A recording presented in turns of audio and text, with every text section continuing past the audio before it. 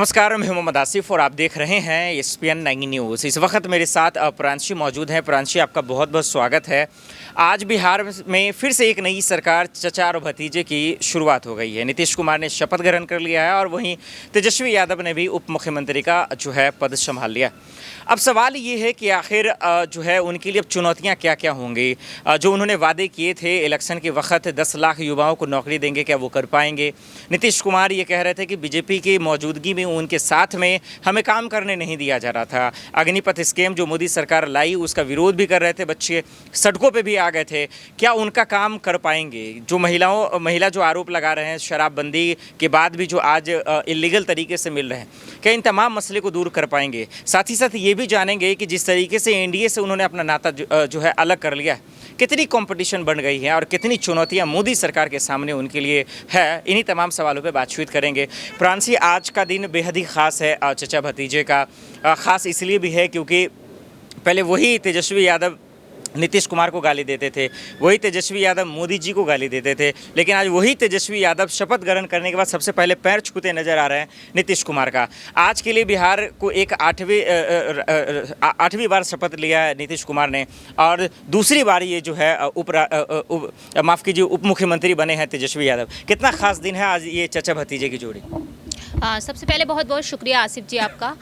बात यहाँ पर अगर नीतीश कुमार और तेजस्वी यादव के बारे में की जाए, रिश्तों से हटकर अगर राजनीति पर गौर किया जाए तो ये हमेशा ही हम सभी को देखने को मिलेगा। आज महागठबंधन एक बार फिर से हुआ है 5 सालों बाद, तो जाहिर सी बात है सवाल उठना लाजमी है। और ऐसे में अगर चाचा और भतीजे की जोड़ी अगर कुछ करना चाहती है, वाकई में जो सवाल उठ रहे हैं कि एक बार फिर से महागठबंधन हुआ है, क्यों हुआ है, तो बीजेपी की तरफ से यहाँ पर उन्हें काफ़ी निराशा देखने को मिली है। देखा जाए तो अंदरूनी सूत्रों के मुताबिक ये भी कहा गया कि नीतीश कुमार को कहीं ना कहीं ये एहसास होने लगा था कि उनका कद छोटा होने लगा है। वह भले ही मुख्यमंत्री का पद संभाल रहे हैं बिहार में, लेकिन बीजेपी पर जिस तरीके से जो सवाल उठ रहे हैं, क्योंकि बीजेपी को लेकर ये कहा जा रहा है कि बीजेपी हर राज्य में अपनी सरकार बनाना चाहती है। गठबंधन जिसके साथ है, बीजेपी वहां पर अपना ओहदा ऊंचा रखना चाहती है।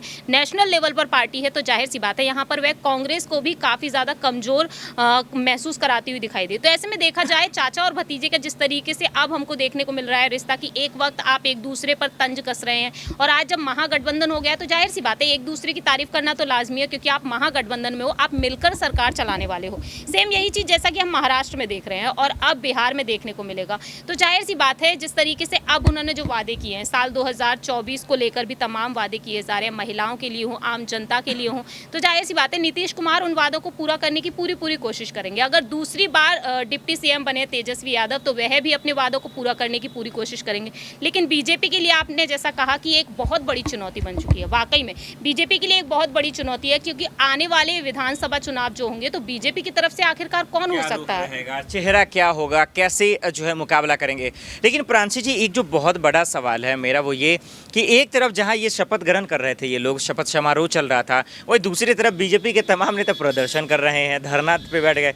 ये मेरे समझ के परे है। धरना की बात की किस लिए? एक तो धरना वो दे रहे हैं नीतीश कुमार के खिलाफ कि उन्होंने धोखा दिया, विश्वासघात किया, बिहार की जनता के लिए नाइंसाफ़ी की। कैसे देख रहे हैं बीजेपी के इस धरने को? देखिए, धरना प्रदर्शन की बात रही तो ये धरना प्रदर्शन हमने हमेशा ही विपक्ष की तरफ से देखा है। आज बीजेपी कर रही है तो कल कांग्रेस भी करती हुई नजर आ रही थी, तो धरना प्रदर्शन तो लाजमी है।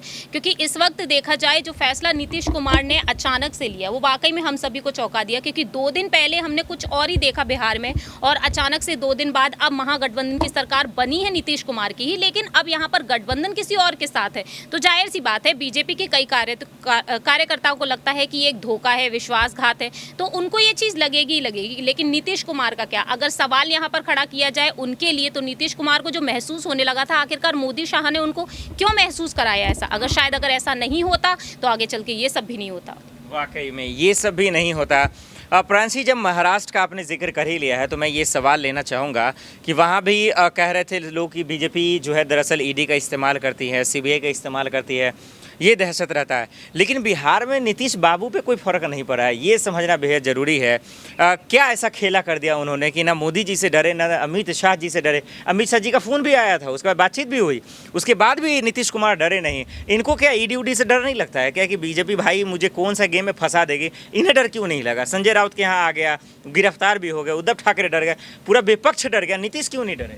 देखिए, अगर 8वीं सीटें भी कम है अगर 8वीं बार मुख्यमंत्री बने हैं, शपथ ग्रहण करिए, तो ज़रूर कोई ना कोई बात तो ऐसी होगी कि बंदा 8वीं बार मुख्यमंत्री की शपथ ग्रहण कर रहा है। तो जाहिर सी बात है, नीतीश कुमार की जो राजनीति है, उस राजनीति पर अगर गौर किया जाए, जिस तरीके से वह खेल खेलते हुए नजर आते हैं बिहार की राजनीति में, तो ऐसे में मोदी शाह को वाकई में एक बेहद बड़ा झटका लगा है। और ऐसे में अब देखा जाए तो बहुत ही खास बात उनमें रही है। जनता उनको आखिरकार हर बार मुख्यमंत्री क्यों बना देती है? क्योंकि उनके फैसलों की तारीफ की जाती है। तेजस्वी यादव भी उनकी तारीफ करते हुए देखे जाते हैं। बाकी के हम अलग अलग पार्टियों पर गौर करें यहाँ पर, तो उनके फैसले का स्वागत करते हुए लोग नजर आए। तो जाहिर सी बात है, यहाँ पर अगर देखा जाए, नीतीश कुमार ने अगर यहाँ पर 8वीं बार मुख्यमंत्री के तौर पर शपथ ग्रहण की है, तो ये यहाँ पर जो सवाल अब खड़े हो रहे हैं, वो सवाल उठना एक वक्त बंद भी हो जाएंगे। क्योंकि साल 2024 की रणनीति को लेकर नीतीश कुमार का भी एक अपना मास्टर प्लान रहेगा। और हमें ये देखना होगा कि आखिरकार बीजेपी के खिलाफ, कि आखिरकार आने वाले समय में बीजेपी क्या कुछ करेगी और नीतीश कुमार उसका बदला किस तरीके से लेते हैं। ये भी काफ़ी दिलचस्प होने वाला है।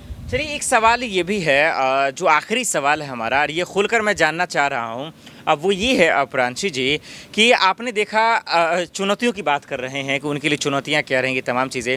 मेरा सवाल ये है कि क्या नीतीश कुमार या चचा भतीजे की ही जिक्र कर लेते हैं, इन लोगों के लिए चुनौतियाँ क्या, या क्या बिहार की जनता का काम को पूरा करना, युवाओं को रोज़गार देना, महिलाओं की सुरक्षा की बात आती है, ये तमाम चीज़ का जो चुनौतियाँ हैं, या फिर अब बीजेपी से कैसे फाइट करेंगे? क्योंकि बीजेपी माफ़ कीजिए, चुप रहने वाली तो नहीं है, क्योंकि जिस तरीके से उनके साथ जो हुआ है, अभी इंडिया का साथ छोड़ा है, दोनों में से सबसे बड़ी चुनौतियाँ क्या है चचा भतीजे के लिए? देखिए, यहाँ अगर महागठबंधन जो बनाए, सबसे बड़ी चुनौती तो यहाँ पर केंद्र सरकार ही है। चाहे यहाँ पर अगर साथ में कांग्रेस पार्टी ही क्यों ना ले लें, क्योंकि एक जो बीजेपी पार्टी है वो सब पर भारी पड़ रही है इस वक्त। और क्यों पड़ रही है? क्योंकि अमित शाह की जो चाणक्य नीति है वो वाकई में पूरे ही देश भर में काम आ रही है। तो जाहिर सी बात है, यहाँ पर आपने जो बात की ईडी सीबीआई की, इनका सहारा लेती हुई दिखाई देती है। तो घोटाले जो किए गए हैं कुछ नेताओं की तरफ से, और वो घोटाले यहाँ पर जितने भी हुए हैं, उसके लिए यहाँ पर केंद्र सरकार ने फैसले लिए हैं। देश के विकास के लिए वह फैसला ले रहे हैं। लेकिन आखिरकार यहाँ पर विपक्ष को लेकर जिस तरीके से राज खुलते हैं, उसको देखकर अगर देखा जाए तो नेगेटिविटी देखने को भी मिलती है। लेकिन यहाँ पर अभी फिलहाल जो चाचा और भतीजे हैं, उनके लिए सबसे बड़ी चुनौती बीजेपी पार्टी है। आने वाले जो चुनाव रहेंगे उसमें भी बीजेपी रहेगी। तो ऐसे में अगर देखा जाए, यहाँ पर उनको आपसी मतभेदों को भुलाकर अब साथ में मिलकर ही काम करना होगा। तो जिससे कि उनकी खुद की चुनौतियाँ जो हैं, कि अगर डिप्टी सीएम के तौर पर तेजस्वी यादव हैं, तो वही नीतीश कुमार जो वह मुख्यमंत्री है, तो आपसी मतभेद जो उनके रहे हैं, उन चुनौतियों को भूलकर अब उनको सबसे बड़ी चुनौती का सामना करना चाहिए, जो कि अब यहाँ पर हम सभी देख रहे हैं केंद्र सरकार है। तो उस पर ध्यान ज़्यादा देना चाहिए। वाकई में, यानी कि चुनौतियाँ भरपूर हैं। बहुत बहुत शुक्रिया प्रांशी जी इन तमाम सवालों का जवाब देने के लिए। लेकिन एक चीज़ तो है इन तमाम सवाल जवाबों के बीच में, कि वाकई में चचा भतीजे कह लीजिए या फिर जेडीयू के बीच में कह लीजिए, बीजेपी कच्चे भी नज़र आए और बच्चे भी नज़र आए। देखते हैं आगे का सफ़र कैसा रहेगा। आज के लिए इतना ही। बाकी खबरों के लिए देखते रहें SPN9 न्यूज़। नमस्कार।